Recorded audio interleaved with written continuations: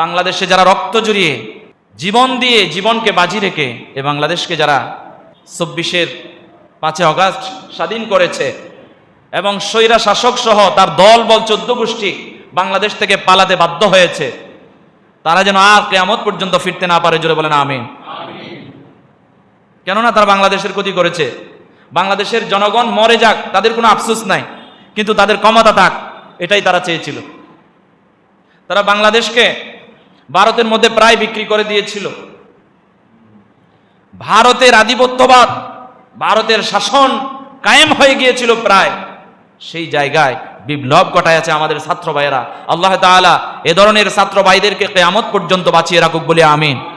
তো কিয়ামত পর্যন্ত বাঁচায় রাখবে না, এরা তো মরে যাবে, এদের পরে আবার পরের প্রজন্ম আছে না নাই? আল্লাহ তাআলা তাদেরকে ঈমানি শক্তি দান করুক। যখন অন্যায় দেখবে প্রতিবাদ করবে, যখন অশ্লীলতা দেখবে প্রতিবাদ করবে, যখন স্বৈরা শাসকের জন্ম নিবে তখন তারা প্রতিবাদ করে স্বৈরা শাসককে পালাতে বাধ্য করবে দেশ থেকে, জুড়ে বলেন ঠিক কিনা?